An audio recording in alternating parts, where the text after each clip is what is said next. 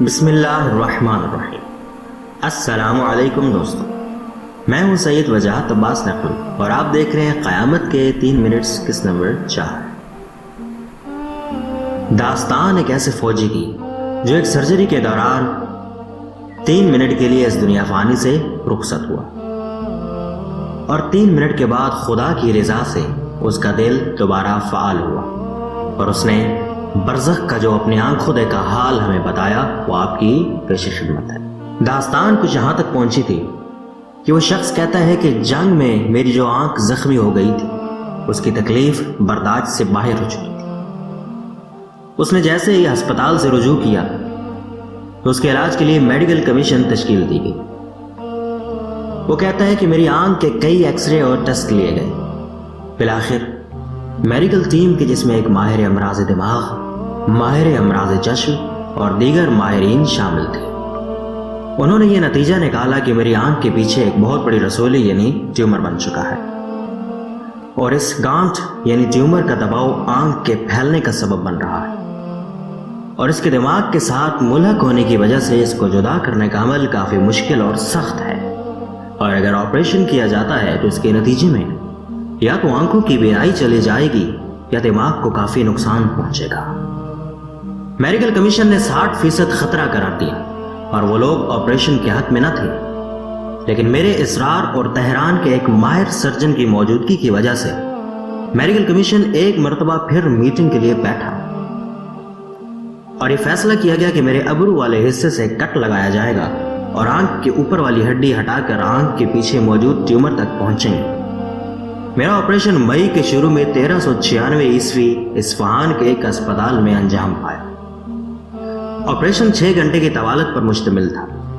Operation سے پہلے ایک مرتبہ پھر میڈیکل ٹیم نے مجھے اور دوستان کو خبردار کیا کہ آپریشن کی جگہ کے دماغ اور آنکھ سے نزدیک ہونے کی وجہ سے نابینائی، دماغی توازن کھو دینے اور موت کے امکانات موجود ہیں۔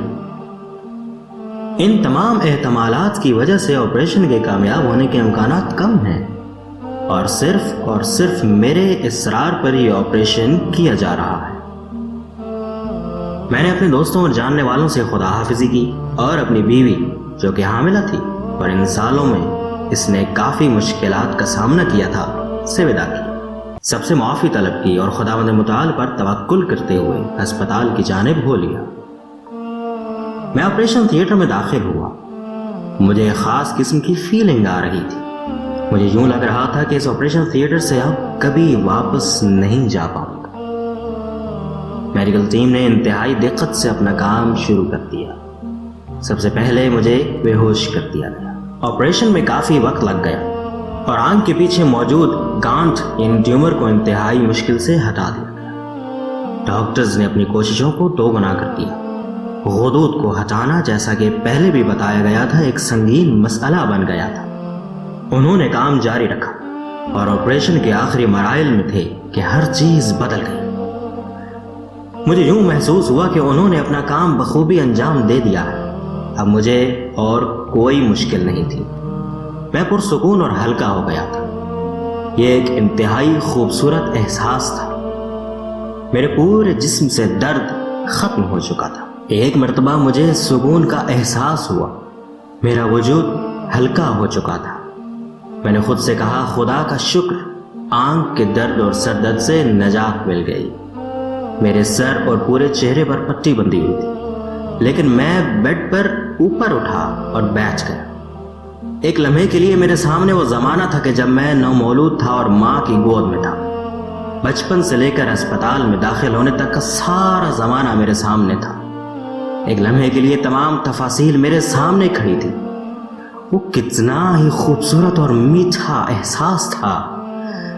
ایک لمحے کے لیے میں نے اپنی پوری زندگی اور اعمال کو دیکھ لیا۔ اسی وقت میں ہوا میں تھا کہ میں نے ایک جوان کے جو انتہائی خوبصورت اور سفید اور نورانی لباس میں تھا اپنی دائیں جانب دیکھا۔ وہ بہت خوبصورت اور پیارا تھا۔ مجھے نہیں معلوم تھا کہ میں نے اسے اس قدر دوست مزاج کیوں پایا۔ میں چاہتا تھا کہ اٹھوں اور اس کی آغوش میں جا بیٹھوں۔ وہ میری ایک جانب سیدھا کھڑا تھا اور مسکرا رہا تھا۔ میں اس کے چہرے میں کھو گیا تھا اور میں نے خود سے یہی کہا کہ اس کا چہرہ کس قدر خوبصورت ہے اور کتنا جانا پہچانا ہے، میں نے اسے کہاں دیکھا تھا۔ میں نے اپنے بائیں جانب نگاہ دوڑائی تو میں نے دیکھا کہ میرے چچا کے بیٹے اور میرے والد بزرگوار کھڑے تھے، لیکن میرے لیے باعث تعجب یہ تھا کہ میرے چچا ایک عرصہ پہلے فوت ہو گئے تھے اور میرے چچا کے بیٹے بھی دفاع مقدس نامی جنگ میں شہید ہو گئے تھے، لیکن چونکہ میں نے انہیں بہت عرصے بعد دیکھا تھا اس لیے میں بہت خوش تھا۔ یہاں میں روک کر یہ بات بتاتا چلوں کہ یہ کیفیت کہ جس سے اس وقت یہ نوجوان دوچار تھا، اسے سائنٹیفک اصطلاح میں NDE نیئر ڈیتھ ایکسپیرینس یا تجربہ نزد موت کہتے ہیں، کہ جب بھی کوئی شخص موت کے قریب ہوتا ہے تو اس کو اپنے وہ رشتہ دار نظر آتے ہیں جو فوت ہو چکے، اور آپ چاہیں تو اس پہ تحقیق فرما سکتے ہیں۔ وہ کہتا ہے میں نے میری ایک جانب کھڑے خوبصورت جوان کی جانب دوبارہ دیکھا، مجھے وہ کس قدر اچھا لگ رہا تھا، اس کا چہرہ میرے لیے کس قدر جانا پہچانا تھا۔ مجھے اچانک یاد آیا 25 سال پہلے مشہد روانگی سے پچھلی رات عالم خواب میں میری اس جوان سے ملاقات ہوئی تھی، یعنی وہ حضرت اسرائیل تھے۔ میں نے ادب سے سلام کیا اور حضرت اسرائیل نے جواب دیا۔ میں ان کے حسن و جمال میں کھویا ہوا تھا کہ وہ اپنے لبوں پر مسکراہٹ سجائے بولے، چلیں۔ میں نے تعجب سے پوچھا کہاں؟ پھر میں نے دوبارہ اپنے آس پاس نظر دوڑائی تو کیا دیکھتا ہوں کہ ڈاکٹرز اپنا ماسک اتار رہے ہیں اور اپنی ٹیم کے لوگوں سے کہہ رہے ہیں کہ اب مزید فائدہ نہیں ہے، مریض ہاتھ سے نکل چکا ہے۔ پھر کہا کہ آپ پریشان مت ہوں، آپ نے اپنی طرف سے پوری کوشش کی لیکن بیمار تاب نہ لا سکا۔ ڈاکٹرز میں سے ایک اور بولا کہ شاک لگانے والا آلہ لایا جائے۔ میری نظر اس آلے اور مانیٹر کی جانب پڑھی، لائن بالکل سیدھی ہو چکی تھی۔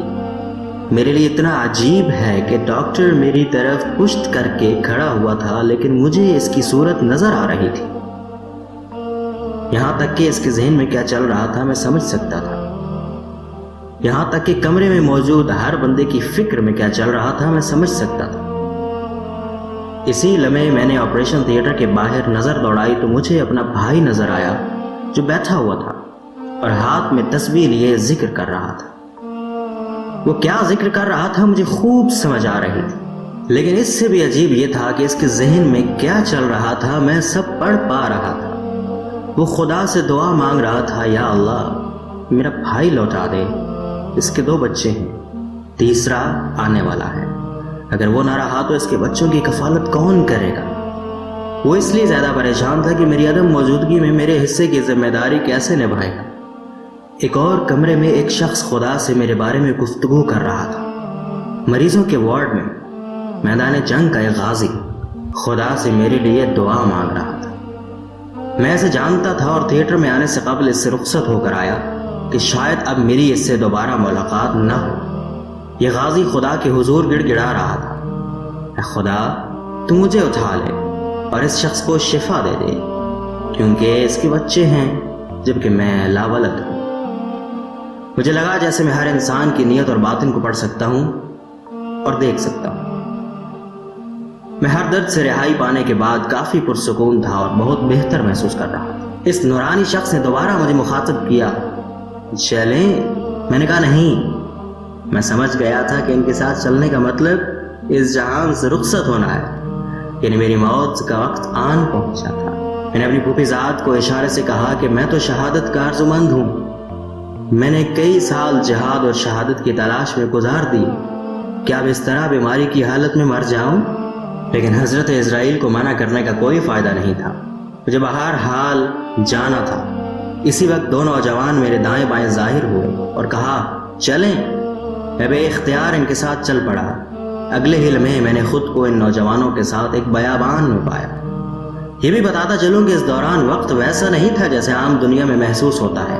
میں بیک وقت سینکڑوں موضوعات کو دیکھ اور سمجھ سکتا تھا اور مجھے علم تھا کہ میری موت کا وقت آن پہنچا ہے، لیکن میں بہت اچھا محسوس کر رہا تھا اور میری آنکھ کی تکلیف بھی ختم ہو چکی تھی۔ 2 ملائکہ جن کے بارے میں سنا تھا کہ اللہ کی طرف سے ہر انسان کے ساتھ 2 فرشتے مقرر ہوتے ہیں، میرے تایا اور پھوپھی ذات کے ہمراہ تھے۔ بڑی دلچسپ صورتحال تھی۔ اب میں ان دو فرشتوں کو دیکھ رہا تھا جن کے چہرے دل میں اتر جانے کی حد تک حسین تھے۔ میری خواہش تھی کہ ہمیشہ ان کے ساتھ رہوں۔ ہم ایک خشک بیاب صحرا میں چل رہے تھے کہ میں نے کچھ الگ سا دیکھا۔ یہ کہ میرے سامنے ایک میز تھی اور میز کی دوسری طرف ایک شخص بیٹھا ہوا تھا۔ میں آہستہ آہستہ میز کے قریب ہو گیا۔ اپنے بائیں جانب مجھے سراب دکھائی دیا۔ غور سے دیکھا تو وہاں آگ کے شعلے بلند تھے جن کی تپش مجھے محسوس ہوئی۔ دائیں جانب توجہ دی تو وہاں ایک بڑا اور خوبصورت باغ تھا، جیسے ایران کے شمال کا کوئی جنگل ہو۔ اس طرف سے ٹھنڈی ہوا آ رہی تھی۔ پھر میں نے میز کے پاس بیٹھے ہوئے شخص کو سلام کیا۔ اس نے بڑے ادب سے جواب دیا۔ میں سوچنے لگا شاید اس شخص کو مجھ سے کوئی کام ہے۔ میرے ساتھ موجود فرشتے خاموش تھے۔ میز پر ایک بھاری کتاب رکھی ہوئی تھی۔ میز والے شخص نے اس کتاب کی طرف اشارہ کیا۔ میں اشارہ سمجھ نہ پایا اور حیرت سے اسے دیکھنے لگا۔ اس نے کہا تمہاری اپنی کتاب ہے، پڑھو۔ آج حساب کتاب کے لیے اتنا ہی کافی ہے کہ تم خود اسے دیکھ لو۔ یہ جملہ میرے لیے کس قدر مانوس تھا کیونکہ میں نے استاد سے محفل میں وہ آیت سن رکھی تھی جس میں اسی بات کی طرف اشارہ تھا۔ بسم اللہ الرحمن الرحیم اقرأ کتابک کفی بنفسک اليوم علیک حسیبا۔ اس جوان نے ٹھیک اسی آیت کا ترجمہ ہی تو بیان کیا تھا۔ میں نے اپنے ارد گرد نظر دوڑائی، ایک لمحہ کو رکا اور پھر کتاب کھولی۔ اب اس کتاب میں اس نوجوان نے اپنے اعمال کے بارے میں کیا دیکھا بیان کیا جائے گا کس نمبر 5 میں۔